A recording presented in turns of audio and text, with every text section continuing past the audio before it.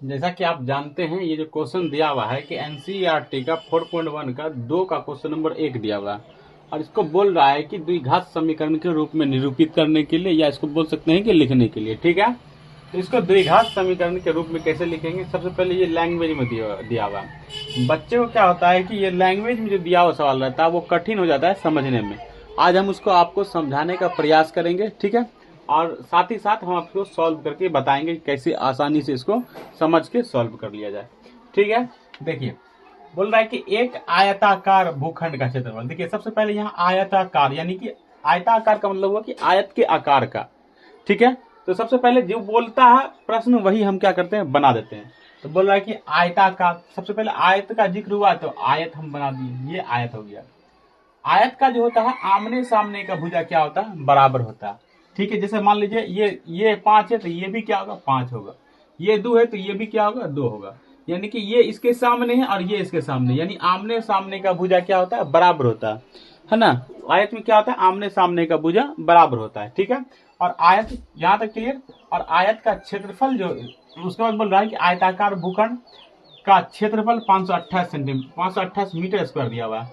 देखिए ये आयत है और इस पूरे का क्षेत्रफल दिया हुआ है कितना, 528 मीटर स्क्वायर। इसका क्षेत्रफल क्या दिया हुआ, 500 मीटर, हाँ 528, सॉरी 528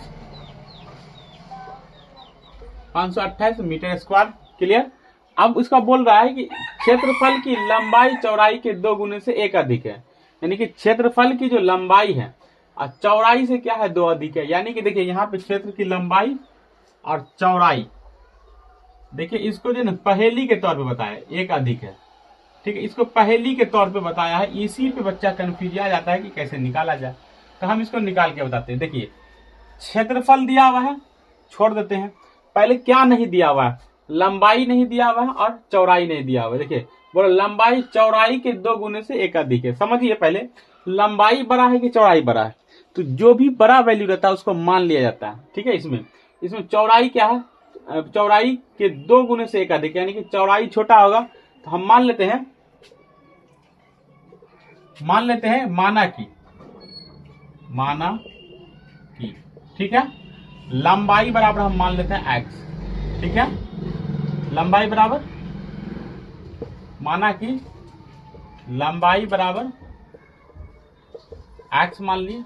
अरे यहाँ पे हम क्या लिख दिए, x, यहाँ पे लिख दिए लंबाई, एक साइड लिख देते हैं लंबाई और बराबर करके बीच में एक साइड लिख देते हैं चौड़ाई। ऐसा इसलिए होगा ताकि आप समझ पाए दोनों को बराबर करने के बाद। देखिए यहाँ बोल रहा है कि क्षेत्र की लंबाई चौड़ाई के 2 गुने से 1 अधिक है, यानी कि लंबाई जो है चौड़ाई के 2 गुने से अधिक है। तो लंबाई को हम क्या माने हैं, सॉरी यहाँ चौड़ाई को हम x मानेंगे। ठीक है, बोल रहा है कि लंबाई जो है चौड़ाई के 2 गुने से 1 अधिक है, तो पहले चौड़ाई को हम x माने तो चौड़ाई को x दिए। ठीक है, अब यहाँ पे भी अब देखिए इससे बोल रहा है कि 2 गुना, बोल रहा है कि लंबाई जो चौड़ाई से कितना गुना है, 2 गुना है। तो चौड़ाई ये है, चौड़ाई का 2 गुना। जैसे अगर हम बोल लेंगे कि जैसे राम के पास अगर 2 रुपया, मान लीजिए राम के पास हम बोले 2 रुपया है। ठीक है, हम बोलेंगे श्याम के पास इसका 2 गुना रुपया, 2 गुना से 1 अधिक है। इसके पास 2 रुपया था, इसका 2 गुना से 1 अधिक, मतलब 1 2 3 6 1 के साथ। समझ रहे हैं बात को। तो उसी प्रकार से बोल रहा है कि यहाँ क्या बोल रहा है, क्षेत्र की लंबाई चौड़ाई के 2 गुने से 1 अधिक है।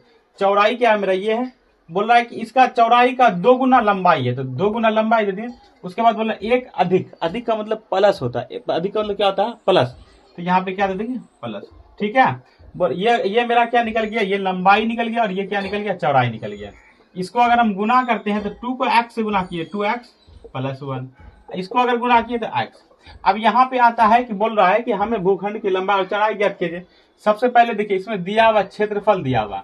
ठीक है, क्षेत्रफल दिया हुआ है तो लिखेंगे, जो दिया रहता है वही का फॉर्मूला लिखना है। दिया हुआ है, ठीक है, क्या दिया हुआ है, आयत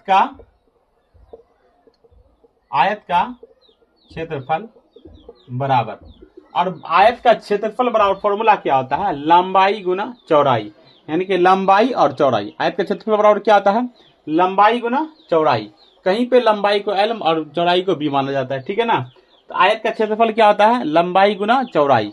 आयत का क्षेत्रफल क्या होता है, लंबाई गुना चौड़ाई। आयत का क्षेत्रफल क्या होता है, लंबाई गुना चौड़ाई। और याद रखिएगा एग्जामिनर आपको बौखलाता है, जिसका जो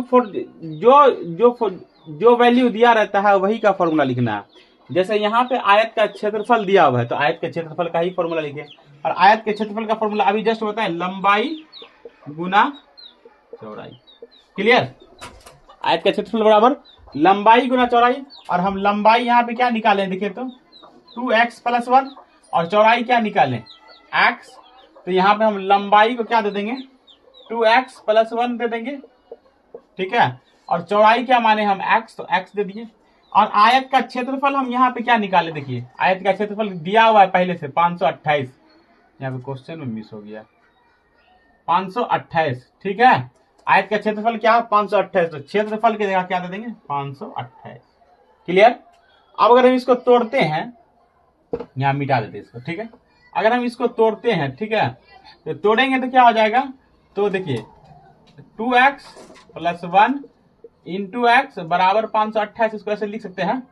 इसको इससे अगर मल्टीप्लाई करते हैं तो 2 को x से मल्टीप्लाई कर 2x से मल्टीप्लाई किया तो 2x² हो गया। अगर इसको इससे गुना करेंगे तो x को 1 से गुना करेंगे तो +x बराबर 528। क्लियर, कोई दिक्कत ना। अब देखिए इसको क्योंकि द्विघात समीकरण के रूप में लाना है इसलिए इसको बराबर के इससे लाना है, तो 2x² + x - 528 और बराबर क्या होता है 0। हम बताए थे कि जिसका अधिकतम 2 घात होता है वही द्विघात समीकरण कहलाता है। तो ये आपका देखिए इसका अधिकतम कितना घात है, द्विघात है, इसलिए द्विघात समीकरण के रूप में आ गया। और क्वेश्चन भी यही बोल रहा था कि द्विघात समीकरण के रूप में निरूपित कीजिए। आप इसको नोट कीजिए, इसके बाद हम अगला सवाल बताते हैं।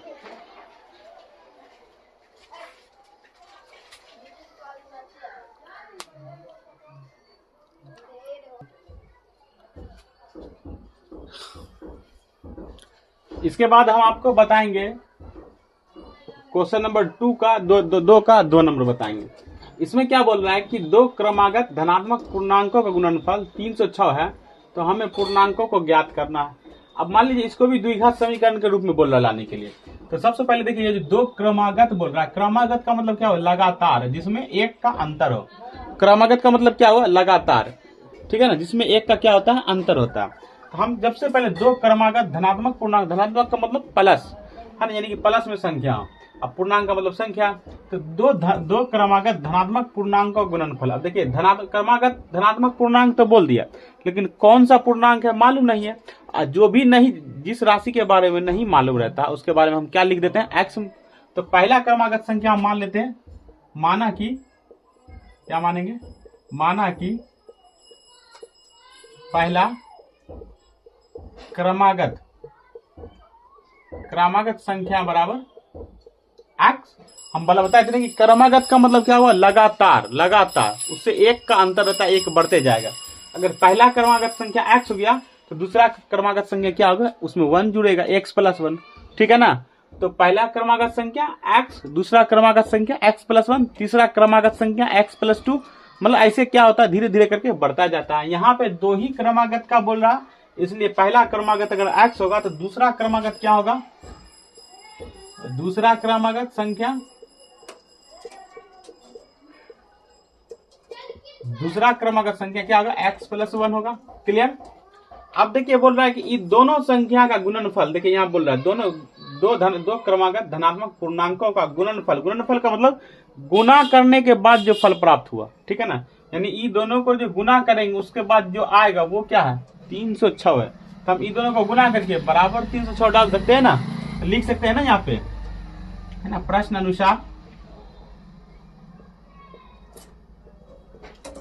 अनुसार, ठीक है।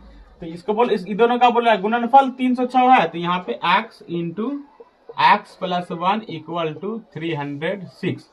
क्लियर। इसको देखिए, इससे अगर हम गुना करते हैं तो x को x से गुना किए x², और फिर इसको हम इससे गुना करते हैं तो प्लस प्लस प्लस, और x को 1 से गुना करेंगे तो x ही होगा। और यहाँ पे 306 है तो यहाँ पे 306 हो जाएगा। क्लियर, यहाँ तक तो कोई दिक्कत नहीं है आपको। अब देखिए ये 306 को अगर हम इधर लाएंगे तो क्या होगा, माइनस में होगा। तो एक्स स्क्वायर प्लस एक्स और माइनस 306 बराबर क्या होगा, 0। अब ये द्विघात समीकरण है तो लिख देंगे, आता है ऐसे ही बोल रहा है द्विघात समीकरण, बोला द्विघात समीकरण के रूप में निरूपित करने के लिए, तो द्विघात समीकरण के रूप में निरूपित हो गया। अब आपको यहाँ पे तोड़ना नहीं है, ऐसे छोड़ देना, ठीक है।